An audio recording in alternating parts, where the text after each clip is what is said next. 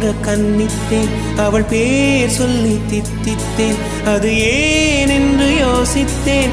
அட நான் எங்கு சுவாசித்தேன். காதோடு மௌனங்கள் இசைவார்க்கின்ற நேரங்கள். பசி நீர் தூக்கமில்லாமல் உயிர் வாழ்கின்ற மாயங்கள். அலைக்கடலாய் இருந்த மனம் துளி துளியாய் சிதறியதே.